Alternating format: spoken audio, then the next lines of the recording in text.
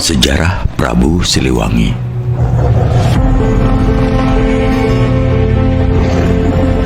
Hampir semua pegunungan di Tatar Sunda menjadi tempat hunian para leluhur Pajajaran.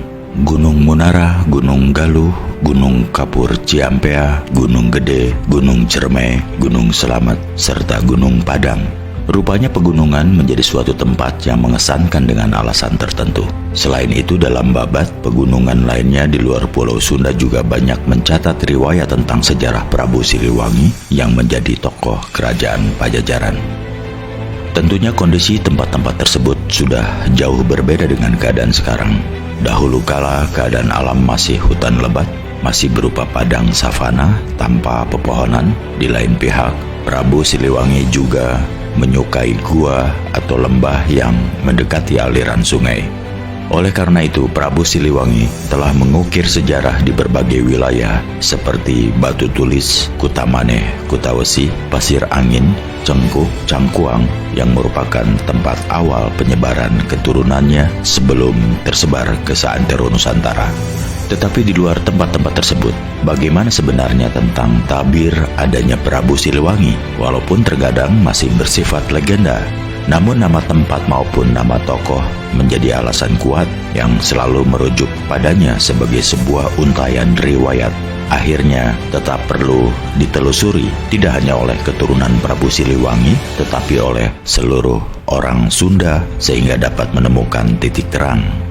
Di lain pihak, masih banyak lokasi yang belum terungkap di belakangan jagat raya ini yang pernah dijelajahi oleh Prabu Siliwangi. Meskipun dengan kendala yang ada seperti narasumber yang sulit mengungkap sejarah Prabu Siliwangi, baik menuturkan dengan pendekatan secara batiniah ataupun artefak. Disadari, menuturkan kisah tentang sejarah Prabu Siliwangi maka harus dari sumber yang berkompeten, karena tidak mustahil akan menjadi polemik dan cerita yang usang di kalangan rakyat serta anak keturunan Prabu Siliwangi. Bahkan mungkin tidak direstui oleh objeknya. Dalam pengungkapannya pun harus orang yang tepat dan memiliki warisan sejarah serta mempunyai kemampuan membaca dan menulis huruf lingga, sangkala, kawi, sangsekerta maupun bahasa Karuhun. Dan jika menyimak Siliwangi, sebaiknya harus identik dengan zaman purba dan bebatuan, karena latar belakang pada zamannya selalu meninggalkan jejak batu-batuan, gua, dan batu bertulis yang merupakan tanda warisnya. Dan menurut orang tua dulu, semua peninggalan itu diawali dari Rumpin dan Ciampea di daerah Bogor. Karena dari sanalah awal Prabu Siliwangi digelar ke alam persada ini.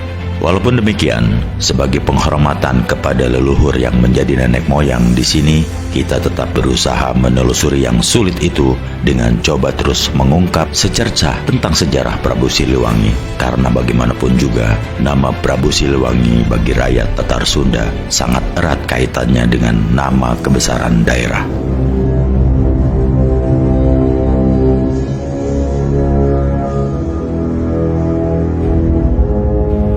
Berkaitan dengan keberadaan nama kerajaan Pajajaran, nama Siliwangi banyak dihubungkan dengan nama kerajaan Tarumanegara maupun dengan nama Sunda atau nama kerajaan Pajajaran.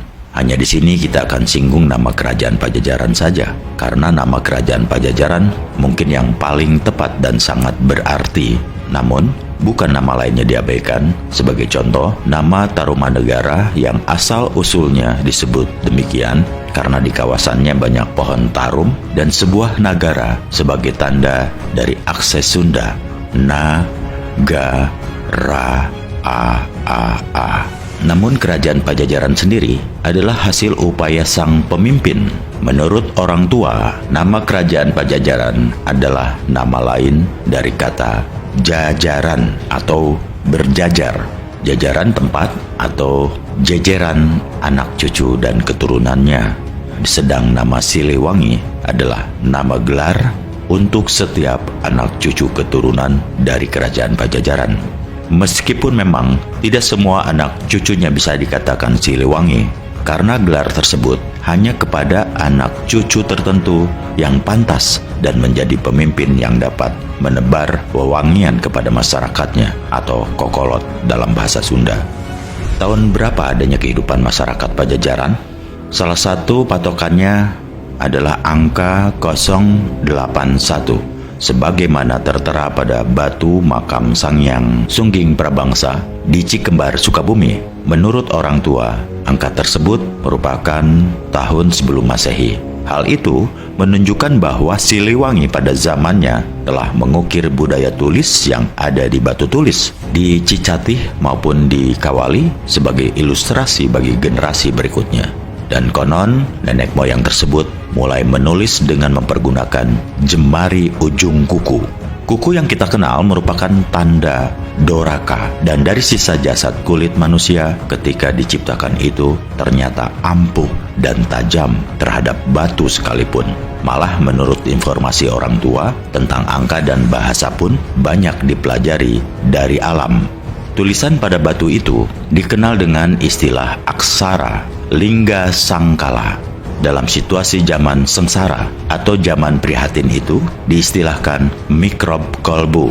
Nah, dari situasi mikrob kolbu, orang tua dulu mempelajari dan meniru huruf yang ada di dedaunan maupun buah-buahan. Bahkan sampai sekarang, dari daun dan buah itu tetap masih ada, walaupun hanya berupa garis ikal dan berliku, tetapi tetap mirip dengan tulisan yang dibuat orang tua dulu.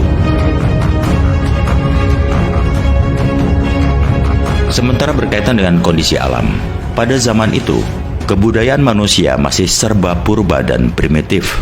Alat maupun perkakas untuk menunjang kehidupannya sangat sederhana sekali. Adapun yang mereka ciptakan, mula-mula kampak, pisau maupun tombak.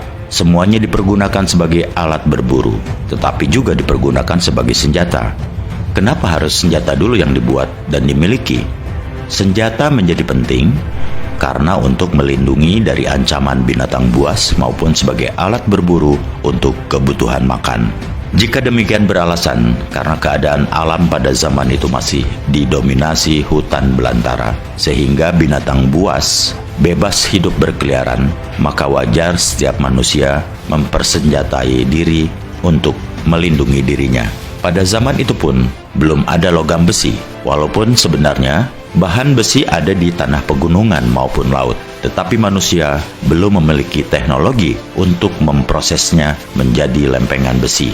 Jadi manusia dahulu kala hanya mengandalkan alat seadanya. Mereka membuat senjata dari batu, kayu, maupun dari tulang belulang binatang yang dibuat runcing sehingga menyerupai tombak, kampak, atau pisau. Meskipun keadaan alam yang ganas, kodrat sebagai manusia memerlukan makan dan minum.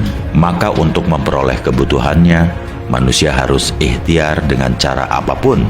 Lagi-lagi dengan belajar terhadap kondisi alam yang ada saat itu. Mereka belajar dari alam, antara lain memperhatikan bagaimana harimau dapat menaklukkan mangsa dengan kuku dan gigi yang tajam, sehingga sekalipun mangsanya lebih besar, tetapi harimau dapat menaklukkan dan bahkan dapat merobek daging mangsanya untuk disantap. Dari salah satu kasus itulah, rupanya menjadi pelajaran bagi manusia tempo dulu. Dengan kuku itu pula, manusia meniru, sehingga kuku mereka dipelihara dan dibuat setajam mungkin. Dengan kuku yang tajam itulah, mereka seolah-olah memiliki kekuatan untuk berburu. Mereka dapat memperoleh hasil perburuan untuk kelangsungan hidupnya. Mereka sangat menikmati daging mentah, sekaligus bisa menghirup air darah serta memanfaatkan kulit binatang. Apabila yang mereka peroleh buruan kijang atau domba, maka menjadi keberuntungan berlipat ganda, yaitu dapat daging dan kulitnya. Karena kulit hewan tersebut mereka gunakan untuk menutupi anggota badan agar terhindar dari udara dingin maupun kondisi panas. Sejak itulah mereka mulai dapat membedakan keadaan badan yang ditutupi kulit binatang dengan kondisi badan tanpa ditutupi. Sehingga dari pengalaman itulah mereka mulai mencari alternatif selain kulit binatang, yaitu pelepah pohon pisang atau upih dalam bahasa Sundanya. Ternyata upih menjadi keperluan dan pilihan mereka untuk menutupi auratnya. Dengan upih itulah mereka nampak tidak telanjang sama sekali, malah terlihat seperti berbusana ala kadarnya. Budaya menutupi aurat sejak itu mulai berkembang, walaupun sangat sederhana. Coba bayangkan bagaimana sosok orang tua dulu dengan badan tinggi besar, kuku panjang dan tajam, serta rambut panjang gimbal dan tidak terurus, lantas tanpa penutup badan pula. Nampaknya terlihat menyeramkan, bukan? Nah, berkaitan dengan siapa Siliwangi? Siliwangi ketika lahir bernama Pancawala, ayahnya bernama Sanghyang Dewa Murba atau Nirwana Sanghyang Doma Siliwangi, dan ibunya bernama Nyi Sri Dewi Pohaci, dikenal dengan nama Sunan Ambu. Beliau memiliki ageman ilmu Cangkok Wijaya Kusuma.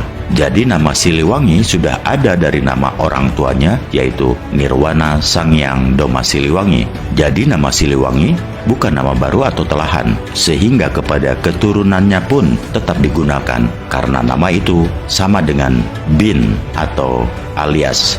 Mengenai sosok Siliwangi, ada pendapat mengatakan menyerupai harimau. Hal itu tidak tepat jika Siliwangi yang dilambangkan ibarat harimau, karena harimau malah menjadi hewan mainan dan kesayangannya, dan harimau itu sendiri dapat dikepit sebelah tangannya. Jadi dapat dibayangkan sebesar apa orang tua dulu kala. Karena antara Siliwangi dengan harimau seperti sekarang layaknya orang dewasa mengangkat seekor kucing. Jadi sebenarnya jika Siliwangi dikatakan harimau hanyalah mitologi. Mungkin juga mengandung arti bahwa harimau adalah raja hutan yang ditakuti dan disegani oleh binatang hutan lainnya. Memang tidak dapat dipungkiri bahwa kehidupan Siliwangi ibarat angin, bagai kilat dan penuh petualangan. Walaupun demikian, tidak mustahil Allah Subhanahu wa Ta'ala menciptakan Siliwangi tanpa perencanaan. Pasti di balik itu ada kehendak Allah menciptakan umatnya. Pada zaman itu, makanan umumnya bersumber dari bahan mentah, mungkin termasuk daging, menyebabkan keringat berbau tidak sedap. Namun bagi Pancawala tidaklah demikian. Beliau tetap harum dan wangi karena selalu menikmati daging maupun lauk pauk terlebih dahulu dibakar atau dijemur matahari. Sedangkan yang menjadi sumber api dari batu megalit maupun sumber panas lahar gunung. Oleh karena itulah ketika Siliwangi berada di Rumpin Bogor, selalu memanfaatkan panas belerang Gunung Kapur Ciseeng. Ketika menetap di Halimun, mempergunakan sumber aliran Cipanas Cisolok. Sewaktu di Gunung Padang, senantiasa menggunakan sumber belerang yang ada di Rancas Suni, Lembah Gunung Patuha. Selain itu pula, Ciater, Kawah Tangkuban Perahu, Gunung Pancar, maupun Kawah Kamojang merupakan petilasannya juga. Bahkan Gunung Pancar dijadikan tempat panembongan Tatar Sunda. Banyak tempat dan sumber panas gunung lainnya dijadikan tempat mengolah daging dan ikan untuk hidangan makanannya. Oleh karena itu, beliau tidak menyantap daging maupun ikan mentah yang menyebabkan badan bau tak sedap. Dari perbedaan itulah, tubuh Pancawala tetap harum dan wangi. Di kalangan manusia purba, ia sudah dikenal dengan sebutan Siliwangi. Panggilan atau sebutan penggunaan nama Siliwangi adalah atas restu dan perintah leluhurnya. Hal itu menjadi kebiasaan kepada anak keturunannya jika diberikan gelar. Seperti ketika Aji Saka yang diberi gelar Siliwangi diawali di daerah Tomo, Kadipaten. Tempat itu bernama Marongge, berada di kawasan Gunung Congkrang atau Gunung Parang Sumedang. Di sana terdapat aliran sungai Cihaliwung dengan Cilutung merupakan tempat bersejarah untuk menggunakan nama Siliwangi. Bahkan di Cilutung diberi nama Air Ludah Beraja, dan di sekitar Marongge ditandai dengan batu yang diberi nama Mosanggeni. Tetapi Kiai Haji Prabu Kian Santang selaku putra keturunan Siliwangi tidak menggunakan nama Siliwangi. Jadi tidak semua menggunakan nama Siliwangi. Bahkan Ciung Wanara sebagai generasi kedua Siliwangi yang memiliki nama Adi Sakti jarang menggunakan gelar Siliwangi.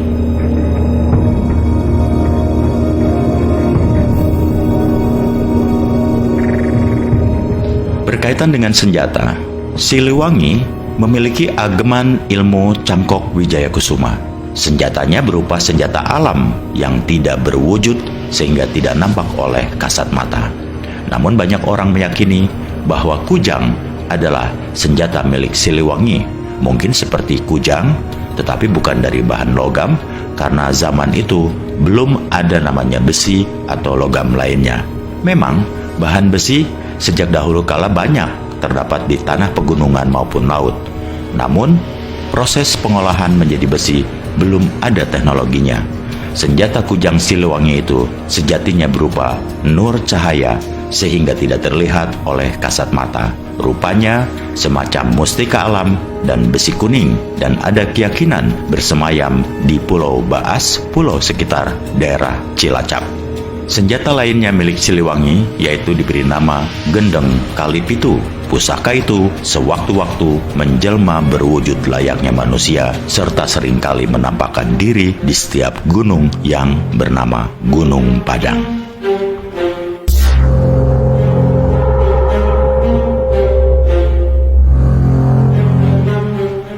Sedangkan berkaitan dengan perjalanan Siliwangi, disebutkan bahwa Siliwangi ibarat angin, bagai kilat dan penuh petualangan. Beliau senantiasa berpetualang dari satu tempat ke daerah lainnya dan selalu meninggalkan jejak batu bertulis atau batu berbentuk lingga atau berbentuk yoni dan juga gua. Peninggalan-peninggalan itu selalu berdekatan dengan sungai dan pegunungan, karena dari alam itulah selalu diharapkan dapat mendukung ekosistemnya. Karena selain daging hasil buruan, ikan juga kesukaannya. Alasan itulah kehidupan mereka senantiasa dekat dan selalu menyatu dengan alam. Selain itu pula, gua dan gunung menjadi tempat pilihannya, karena gua ideal untuk dijadikan tempat tinggal dengan alasan aman dari gangguan binatang buas.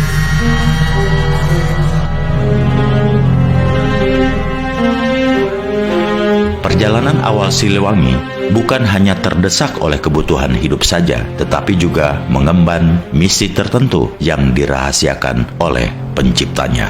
Sementara berhubungan dengan tempat, Kerajaan Pajajaran di Bogor tidak memiliki tempat yang permanen sebagai pusat kegiatan maupun untuk bernaung sebagai tempat bercengkrama layaknya masyarakat sekarang.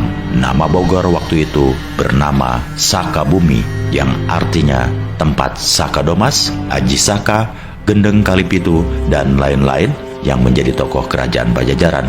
Sedang nama kerajaan Pajajaran hanya untuk kiasan menjajarkan anak keturunan yang sudah terjadi menyebar dari satu tempat ke tempat lainnya. Oleh karena itu, sebelum mereka mempunyai anak keturunan dan belum menyebar, tidak ada nama Pajajaran. Setelah mereka melakukan perjalanan jauh menyebar anak keturunan, barulah muncul nama Pajajaran. Sebagai dasar perimbangan, tempat bebatuan di Cibedug Raden diberi nama Hang Tua Pajajaran, yang artinya tempat para leluhur Pajajaran.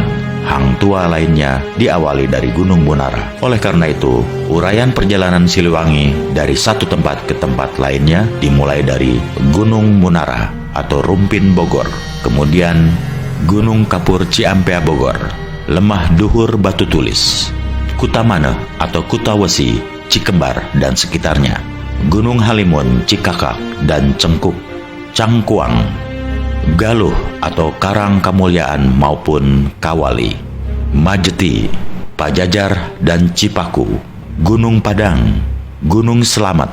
Urutan tempat-tempat itu bukan berarti secara berurutan jalur pengembaraan Siliwangi, tetapi daerah itulah yang banyak dan sering dijadikan hunian yang paling disukainya. Selain itu pula, daerah yang tidak tersirat bukan berarti tidak disenangi, tetapi malah menjadi basis bagi keturunan Prabu Siliwangi bermasyarakat pada zaman selanjutnya. Oleh karena itu, langkah dan petualangan Siliwangi tidak terikat di satu lokasi saja, tetapi beliau bergerak lincah dan cepat ke setiap penjuru, bagai angin bertiup, dan sesuai dengan julukan lain nama beliau, yaitu Sangyang Kilat Buana. Itulah beberapa tempat Pulau Sunda bagian barat yang telah dihuni oleh keluarga Siliwangi maupun keturunannya. Di samping itu, perjalanan beliau juga tercatat ke arah timur Nusantara seperti ke Gunung Lawu, Gunung Klut, Gunung Tengger, Gunung Sundoro, sekitar Dieng, dan Gunung Wukir, Kecamatan Salaman Magelang, dan lain-lain. Malahan ketika di Ponorogo melahirkan keturunan yang kelima.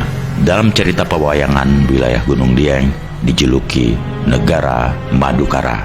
Sewaktu menghuni Sundoro, kebudayaan membuat patung maupun candi sangat digandrungi, sehingga sejak itu sekitar Gunung Dieng banyak berdiri candi untuk pemujaannya. Di samping itu, di sana juga terdapat Telaga Warna, sebagaimana dimaklumi bahwa Siliwangi juga menyukai Telaga Warna di Puncak Bogor, Telaga Warna di Gunung Jampang Tengah, dan Telaga Warna atau Danau Kelimutu masih di sekitar Dieng.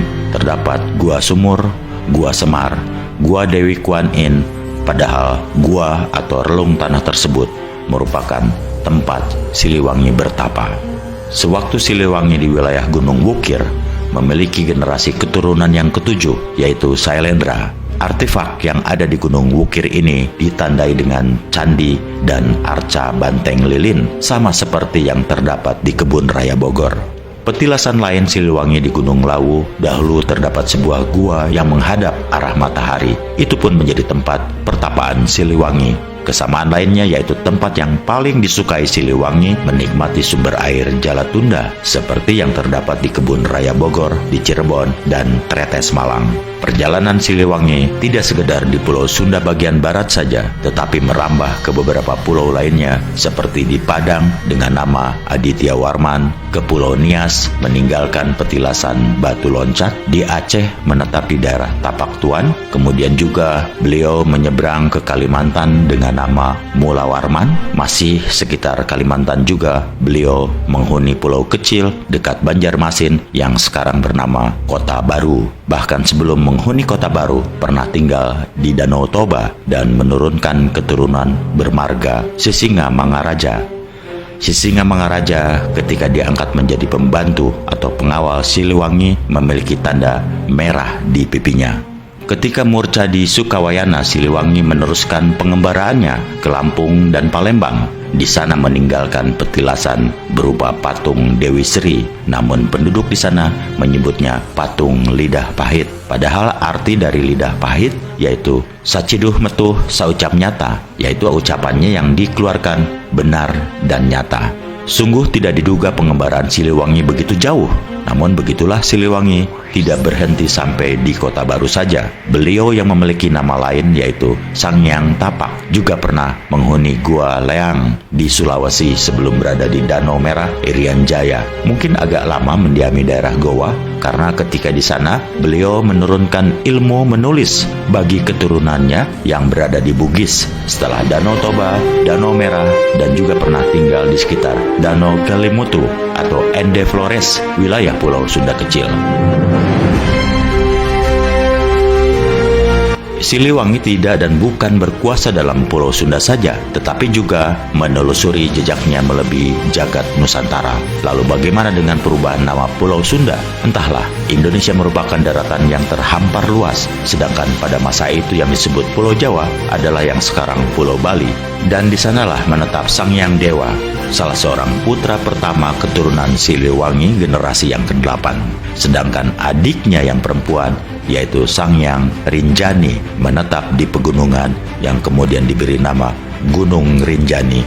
Gunung yang memiliki ketinggian antara 300 hingga 3.700 meter dari permukaan laut ini terletak di Lombok, Nusa Tenggara Barat. Sedangkan kakak perempuan yang paling tua dari Sangyang Dewa pergi ke Danau Kelimutu atau Danau Pusaka Alam. Dinamakan Pusaka Alam karena danau tersebut memiliki air berwarna lambang negara. Namun sebelum Sangyang Dewa ke Bali, beliau sempat membuat Candi Jabung di kawasan Panarukan. Malahan sampai ujung Pulau Sunda besar itu, tepatnya di Alas Purwo, Kabupaten Banyuwangi, terdapat gua dan makam panjang. Itulah suatu tanda peninggalan Siliwangi. Perkembangan selanjutnya dalam sejarah Prabu Siliwangi, di mana Pulau Sunda Besar dan Sunda Kecil pada zaman pemerintahan Belanda dibagi-bagi menjadi beberapa daerah provinsi dengan strategi pembentukan pemerintahan agar dapat memudahkan pengendaliannya. Namun perubahan dari Pulau Sunda menjadi Pulau Jawa, entah gagasan siapa dan kapan. Oleh karena itu, kejadian perang bukan perang antar daerah atau perang antar suku atau antar agama Hindu dengan Buddha, tetapi pertikaian antara keturunan Siliwangi dan terjadi di Pulau Sunda Besar. Kejadian pertikaian tersebut hanya memperebutkan pewarisan Candi Borobudur di antara keturunan Siliwangi, antara Haryang Banga dengan Ciung Wanara. Warna biru dan merah inilah yang bertikai menentukan penguasaan Borobudur. Harian Banga yang berkuasa di daerah timur dengan warna hijau, Ciung Wanara berkuasa di daerah barat dengan warna merah. Penentuan warna itu terjadi di Gunung Tengger. Ketika itu Harian Banga berkuasa daerah timur memiliki patih yang bernama Gajah Mada. Gajah Mada adalah patih yang setia dan salah satu pengawal yang berilmu sakti mandraguna. Gajah Mada ketika di Pajajaran, beliau adalah pengawal ketiga. Namun, sewaktu terjadi pertempuran memperebutkan penguasaan Borobudur itu, ia terluka oleh senjata saudaranya dari daerah barat, dan Gajah Mada menyadari hanya senjata dari Siliwangi yang dapat mengalahkannya. Dalam kondisi luka dan menghindari perang saudara lebih dahsyat lagi dengan saudaranya, ia lari dan menjauh ke arah Malang. Sampai hayatnya, ia bersemayam di salah satu gua di daerah Malang.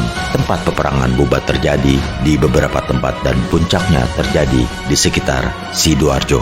Dalam pertempuran sengit itu pun, Dyah Pitaloka tertusuk pula oleh senjata saudaranya dari timur. Ia berlari ke arah Kediri dan sampai hayatnya meninggalkan prasasti tulisan Palawa atau Sangkakala di daerah Gunung Kawi. Perebutan kekuasaan itu banyak meninggalkan korban dari kedua belah pihak, terutama para bela prajurit. Setelah kejadian itu, hubungan antara kedua belah pihak keluarga menjadi tidak harmonis lagi. Bahkan pihak dari keluarga Siliwangi dari timur mulai meninggalkan agama Hindu sebagai agama dari keturunannya. Sejak saat itulah mereka mulai menghimpun diri menjadi kekuatan kelompok masyarakat, dan pada akhirnya kelompok kekuatan itu kelak menjadi wilayah kerajaan-kerajaan, di antaranya seperti Singosari dan Majapahit. Khususnya mengenai Gajah Mada maupun Hayam Wuruk, mereka merupakan keturunan Pajajaran dan diisyaratkan dengan tanda pada batu yang menggambarkan tapak kaki gajah dan telapak kaki ayam yang terdapat di tepi sungai Ciampea di Bogor telah hilang. Sayang, artefak jejak kaki ayam telah lenyap sehingga sulit menjadi pembuktiannya. Gajah Mada sendiri ketika di Pajajaran menjadi pengawal atau patih yang ketiga, dan beliau meninggalkan berupa tanda batu di Batu Gede, Bojonggede di Bogor.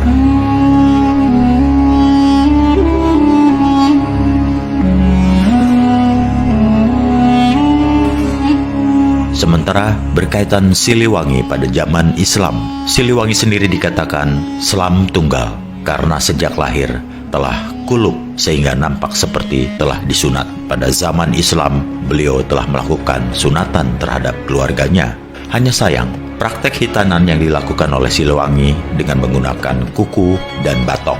Lubang yang nampak di bagian ujung batok kelapa dijadikan lubang penis. Kemudian penis yang menjulur ia potong dengan kuku. Namun pertama hitanan yang dilakukan Siliwangi telah merenggut nyawa keluarganya karena salah memotong. Salah satu korban salah potong hitanan tersebut dimakamkan di sebelah selatan Batu Tulis sekarang. Generasi Siliwangi ke-14, yaitu yang bergelar Haji Kiai Prabu Kian Santang, setelah gagal melakukan hitanan di Lemah Duhur Batu Tulis Bogor, akhirnya kembali lagi menemui gurunya di tanah Arab. Sekembalinya dari Zazirah Arab, beliau hijrah ke Gunung Mandalawangi Garut. Di Godok Suci itulah dimulai pengislaman melalui hitanan lagi. Haji Kiai Prabu Kian Santang atau dikenal pula bernama Sangyang Sunan Rohman yang kemudian akrab dengan nama Sunan Rohmat dan sampai akhir hayatnya bersemayam di Gunung Mandalawangi. Suatu saat kadang beliau suka mengunjungi Gunung Batu atau Cupu atau Gunung Sunda, dan di Gunung Bentang Sukabumi pula bernama Eyang Sunan Agung Cakrawala atau Kiai Santang Ratu Sunda. Tetapi beliau lebih banyak menempati Lemah Duhur Batu Tulis Bogor dengan panggilan Eyang Mbah Buyut Haji Wali Jaya Sakti Mangkurat Jagat Nolinggi di Lemah Duhur Wali Tunggal Pakuwon Pajajaran, dan selalu didampingi oleh saudaranya Sangyang Lodaya Sakti.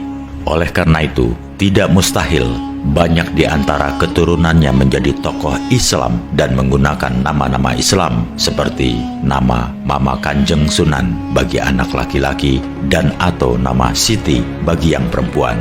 Bahkan beliau sendiri di samping menggunakan nama terkesan Hindu atau Buddha seperti Sangyang, Batara atau Prabu, juga menggunakan nama lain seperti Haji Sakti Kodratullah, Haji Putih. Bahkan ada nama lain beliau yang bernuansa Sunda kental, yaitu Haji Agung Komara Putih.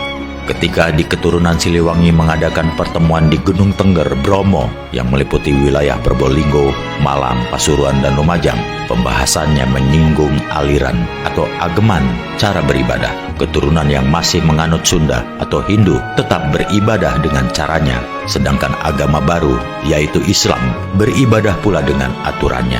Namun tetap dari sekian banyak keturunan masih ada yang berselisih, yaitu antara Ki Gede Palimanan dengan Prabu Atas Angin. Ki Gede Palimanan adalah salah seorang keturunan Sancang Lodaya Sakti. Sancang Lodaya Sakti adalah salah satu keturunan Siliwangi dari istrinya yang berada di Gunung Cermai, Kuningan. Sejatinya suka menjelma bagaikan seekor harimau. Oleh karena itu, keturunan Ki Gede Palimanan tidak pernah dan tidak mau menyebut nama Ki Gede Palimanan, karena setiap mengucap nama itu, maka di hadapannya akan hadir tiba-tiba seekor harimau. Penduduk dan keturunannya selalu menyebut dengan nama Mbah Kuwu Sangkan.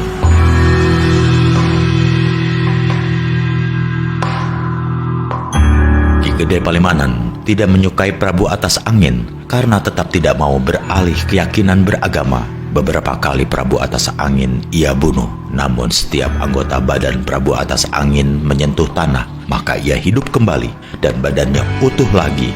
Begitulah seterusnya. Tetapi setelah dibunuh, badan Prabu Atas Angin digantung tidak menyentuh tanah, barulah benar-benar meninggal. Sejatinya Prabu Atas Angin memiliki ilmu Batara Bumi.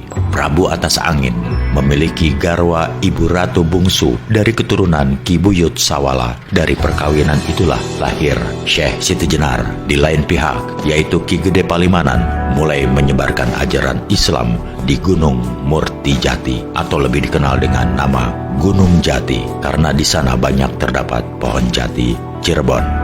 Syekh Siti Jenar memiliki ilmu jiwa raganya dipenuhi pangaweruh tanpa guru.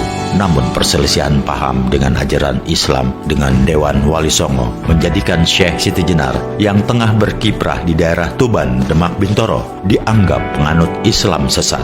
Untuk menghindari perseteruan dengan para Wali Songo, akhirnya Syekh Siti Jenar lebih banyak berkalwat di Cirebon Girang.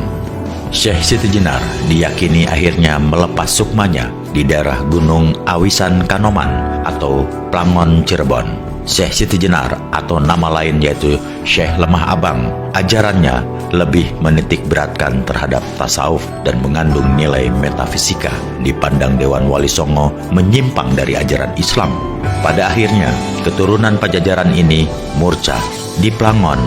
Syekh Siti Jenar ternyata di sana dinamai Syekh Sarip Abdurrahim atau Pangeran Kejaksan. Namun Syekh Siti Jenar sebelum tilar dunia mempunyai keturunan yang bernama Selingsing yang juga penyebar agama Islam di daerah Kudus. Syekh Sarip Abdurrahim atau Pangeran Kejaksan mempunyai saudara kandung yaitu Syekh Pangjunan. Dari saudara-saudara Pangeran Kejaksan inilah menurunkan ulama yang menyebarkan agama Islam ke berbagai pelosok daerah melalui salah seorang keturunannya yaitu Syekh Sarif Hidayatullah. Salah satu wilayah yang diislamkan termasuk Banten. Di Banten mempunyai garwa Ibu Ratu Kawung Anten dan melahirkan Syekh Subakinkin dan Ratu Winaon. Ayah Syekh Sarif Hidayatullah adalah Maulana Muhammad Sarif Abdullah bin Nurul Alim, seorang pejabat di Jazirah Arab. Dari dakwah Syekh Sarif Hidayatullah inilah penyebaran agama Islam berkembang pesat.